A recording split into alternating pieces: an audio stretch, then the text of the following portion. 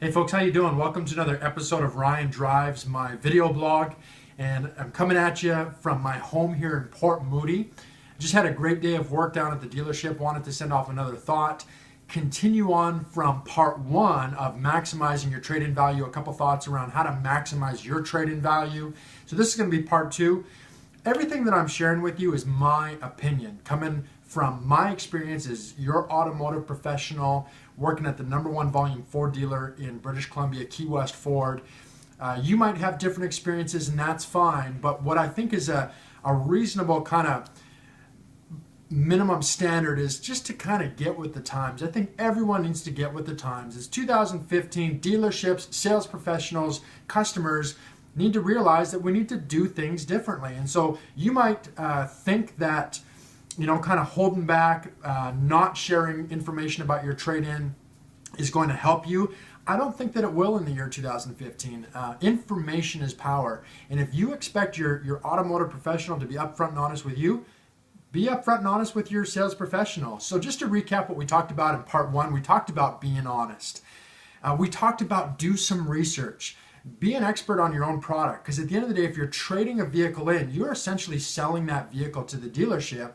And so you need to do a bit of research on your vehicle, be familiar with your product as you are trading that in. We talked about being realistic, doing some credible research to gather at least some form of number, maybe an average or a range of what you think that you can get for your vehicle before stepping foot in the dealership, so that you can have some realistic expectations. What I want to talk to you about briefly today is how to communicate effectively. And this goes back to doing some research. Communicating effectively is about knowing your product. So when you are talking to your sales professional, when you're working it out, when you're at the sales desk, or maybe just in the parking lot showing the sales professional your car, know what your car or your SUV or your truck is all about. Know what year it is. Know what make and model it is, but more importantly, know what trim level it is. If you're talking about an F-150, know if it's an XLT with an XTR package.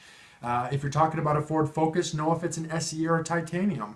Know if it has any add-ons. If a sunroof was an add-on for that particular year, make sure you know that kind of information. That's going to help you communicate effectively and show your automotive professional that you also know what you're talking about.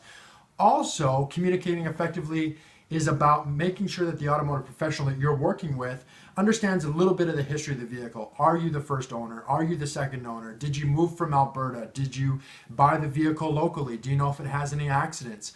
Again, the old mindset might be to kind of hold that information back, but I can't tell you how many times I'm working with a customer, they tell me that there's no accidents on their vehicle, or they're just not willing to share that information. But the sales manager goes and pulls the car proof on the car and shows that there's $10,000 or $15,000 worth of decks. And not that that's a big deal, but it becomes a big deal if you just told me that there aren't any declarations. It's a breach of trust. So communicating effectively is about knowing your product that you're potentially selling to the dealership. That's called a trade-in.